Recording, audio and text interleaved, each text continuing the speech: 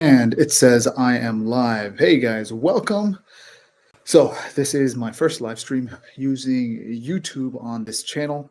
I wanted to basically test out to see how well the system would work.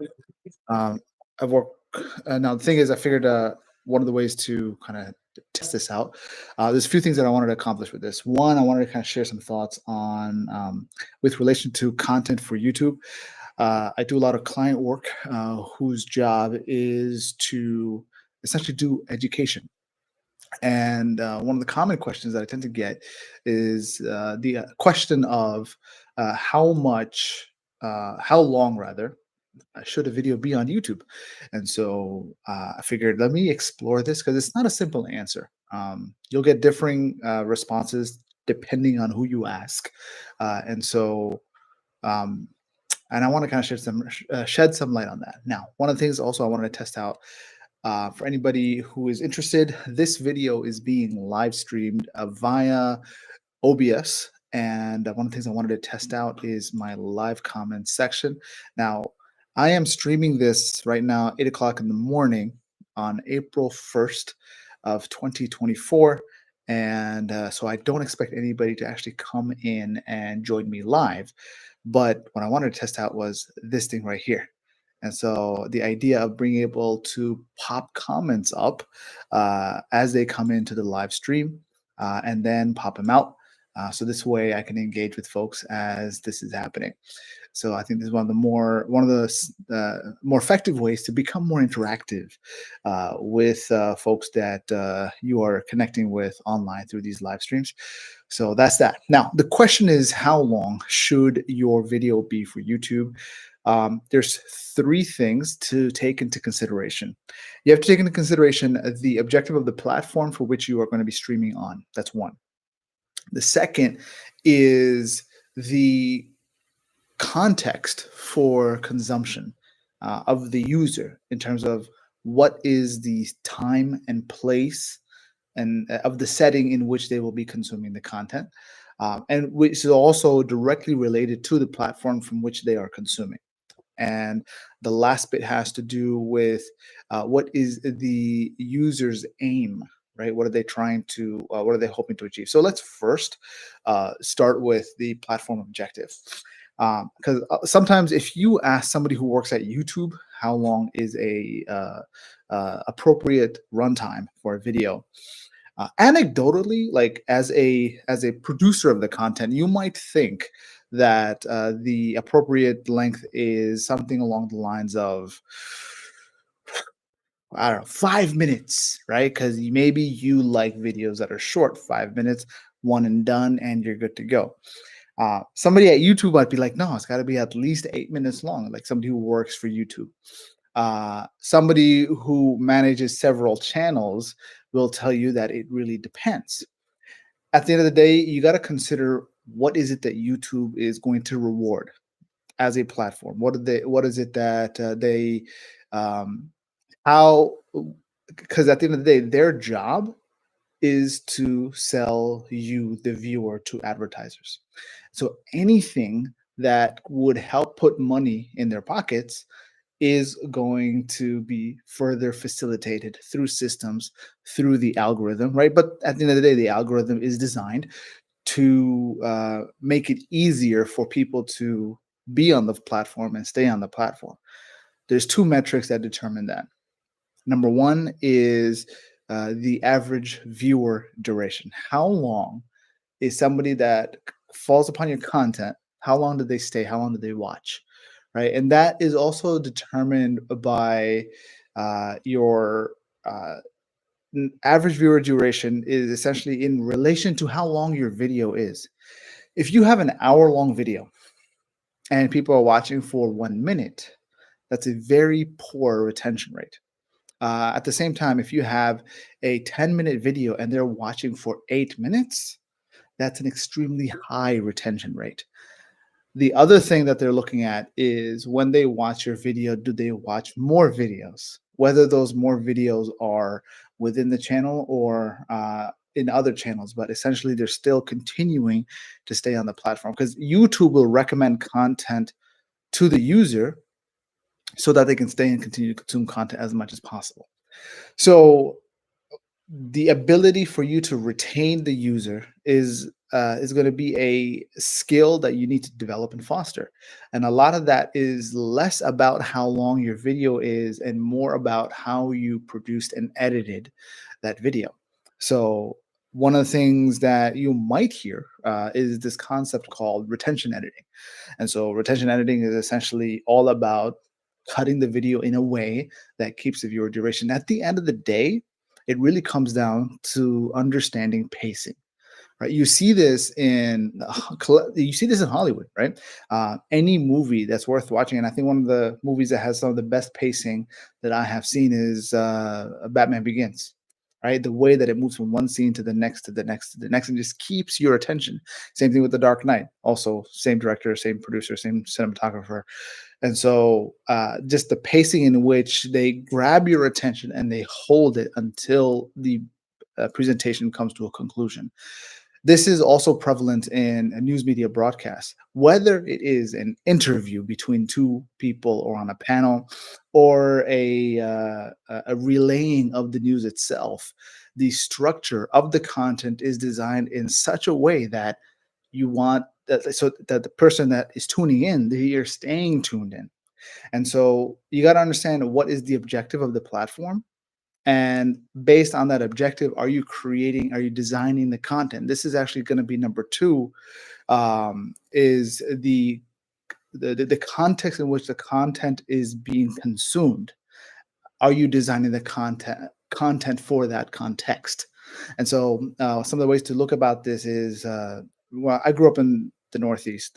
For example, in New York and New Jersey, here in the United States, there's a common radio show called 1010 Wins. And this was essentially his drive time radio news, weather and news, basically cycling every 10 minutes.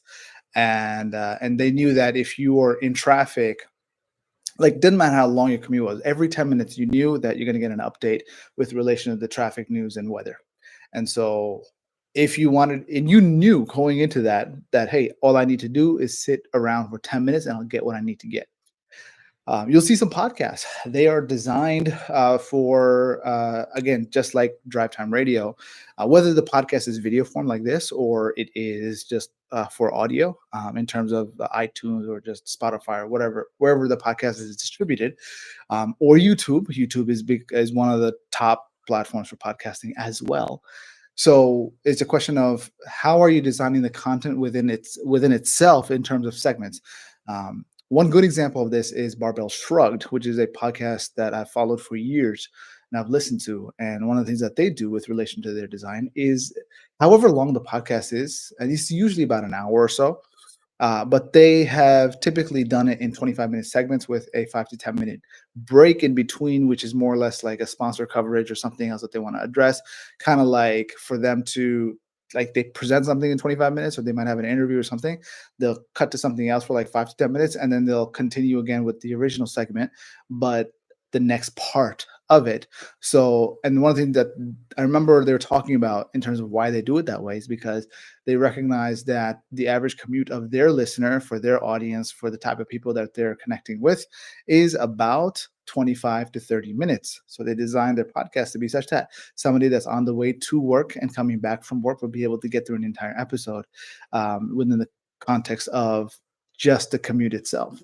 So if your presentation is designed for a particular context, that will determine the success of whether or not the design is being met. So uh, the question now is the content that you're producing, like, should it be 5 minutes, 20 minutes, an hour, 5 hours, however, right? It's the context in which you're getting it. Now, I remember one time I was talking with so with the instructors that I work with, we had produced a course, and one of the people who had purchased the course uh, came back to me and said, "Hey, you know what? Um, I don't like, one of the things I find jarring about the presentation is the changing of the visual contrast between the angles of when the instructor is presenting with one camera angle versus another." And I'm like, "I don't understand. Can you elaborate a little bit more?" And then he gives me the example of how, on one hand, you have like the front facing camera, main angle, you got the instructor like a shot like this, a little bit of a blurry background, and then it cuts to a different angle. And then suddenly the background is like dark, and the subject or the instructor is well lit, and it might cut back to another situation in which it is back to the main angle. It's like when it cuts back to the main angle, it's so jarring because it's so bright, and I'm like, okay, objectively speaking, the background and like the black background or the black drop in comparison to the main background, where there's some books and stuff in the background as part of the aesthetic, is not that like uh, contrast wise, it's not that different. And so, like, I don't understand, like, what is the setting in which you're watching this where a slight luminosity change is gonna knock you in the face? And he's like, "Oh, I'm watching this while I'm laying in bed before I'm going to sleep." Now, I'm not one to tell the consumer that they're consuming something wrong, but part of it comes down to, in the design of the course itself, establishing expectations from the get go, right? If you're going to present something, for example, a long form piece of content that might be anywhere between 16 to 30 hours of material that is set up between several modules and sessions within each, and each session is like 30 minutes long or whatever, like you established how this is laid out. But in the beginning, you also set the expectation of how you would expect somebody to consume the material beforehand, so that way they can get the best experience possible. In this particular course, that expectation was not established. And so, therefore, it was up to the user to decide for themselves how, when, and where they're going to consume the material. And thus, that change of intended context in where you kind of consume the material, if that changes, then and it wasn't communicated and how you should do it, then the experience is not going to be where what you had designed, because there was that communication gap. And so, going forward, whenever we produced new material, one of the things I made sure is for the instructor to be able to set that expectation. Hey, if you're going to consume this material, I want you to set aside time at least once a week, and I want you to be able to consume it in a setting that is away from distractions. You're seated, you're upright, and you are attentive. You're taking notes. That kind of expectation establishment now sets the presentation to be received in the way that it was originally intended, as opposed to somebody laying in bed, watching their thing with the phone about to fall on their face, and suddenly the contrast luminosity changes due to them being in a completely dark environment, and the only light on in front of them is their phone. So that's something to understand, is that what is the context in which they're kind of consume it? Are they consuming it in bed? Are they consuming it on the toilet? Are they consuming it while they're commuting? Are they consuming it as a means of filling the time between something? Are they consuming it as a means at a point where they're getting down together with the family at a scheduled time because it's going to be released or aired? I think one of the things that is established with, so for any of you guys who are watching this, right now, it is the month of Ramadan. So, for those of you who are in observance of the fasting, welcome to. I hope you guys have a blessed fast, and hope it is accepted from you. We're also within the last 10 nights of Ramadan, so the last third, the final stretch. And so, hope that is also accepted from you. Now, one of the organizations and institutions out of Dallas is called Yaqeen Institute. And what they've done is, for several years, regularly, they've produced a series. For all intensive purposes, this series is a talking head. It's a very well produced talking head series. But what they've done different this year is that they've actually stitched a narrative across each episode of every day that's been released, and that narrative is following the stories. So now you're getting less talking head and more narrative style, fictional storytelling presentation, at least on the visual side, while I guess the gems and the takeaways of the speaker is being conveyed. And so, because of, I guess, the budget that went into it, the expectation that's been established, the time of release for this video, they drop it around the time of the breaking of the fast for every single day. And so, one thing I noticed in my home and it's something that was also mirrored when talking to other people, is that people were actually getting together as a family around the time of the breaking of the fast, or sometime moments after, to sit down and watch these videos collectively. That's a very specific context, and I think the producers of the series also understand exactly what they're doing with this regard. They understand because they've been doing for several years, and so they know the timing in which to release it. Similarly, some of the material that I've been producing for a faith-based content in the area of for in the area for those people who want to consume, uh, uh, not rather consume, but they want to learn the skill of learning how to read the Arabic language, specifically as an adult, for the scripture of the Quran, for them to be able to read that, to recite that with the skill that is the technical skill to be able to read that, especially in the context of the month of Ramadan, where people are getting up early, right? Some people are getting up before the fasting begins so that they can eat something, maybe even engage in some worship. And so one of the things that I made a point was that, and this is in observance with previous years that we've done this, where we produce content almost every day for the month of Ramadan. We produce it beforehand for release in the month. And so the thing that we found is that releasing it around 3 or 4 a.m. was actually quite effective, because that not only allowed us to hit those waking up on the Western hemisphere, but it also allowed us to connect with those who are opening their fast, or rather, and or breaking their fast in the Eastern hemisphere. So it's kind of like a double hitter. And so we found that that time of release for a video was the most appropriate for us, and we continue to do so and maintain that over the years. So knowing the context in how the video is being consumed, we decided to make the runtime appropriate. How long, with relation to, for example, if you're engaging with scripture, the energy required, or rather, the energy to um, apply, to spend, in order to in order to not be like, because language learning is a skill that takes a lot of energy, right? Cognitive energy, breathing energy, because you're not only just learning how to read, but you're learning how to recite. So there's an element of breathing practice that goes into it. And so we found that keeping our videos at around 10 to 15 minutes was like the sweet spot in order to achieve that. And so, and we've kept to that. Now, one of the things that we also found is that the key thing that kind of came into play was whether or not the design of the content, the way that we presented, the way that we structured it, was it such that it kept the average viewer duration at the appropriate metric. So I have found, at least on the channels that I've worked on, the if you're at around 30% average viewer duration, that's like your content is going to probably fall flat after the first 72 hours.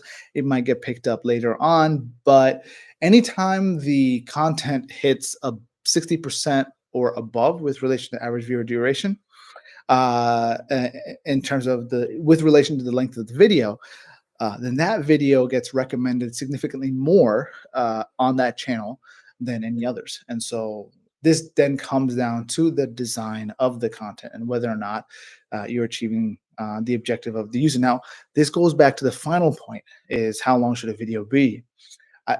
It's going to also be determined by your capacity to produce the video at the level that you need it to be within the desired style of consumption. So uh, people are consuming content online, whether it be YouTube, Instagram, or whatever other platforms, plethora of platforms, is one of three reasons. Typically, it's either for escapism, right? It's to fill the time between, or fill the gap between things that need their attention, right?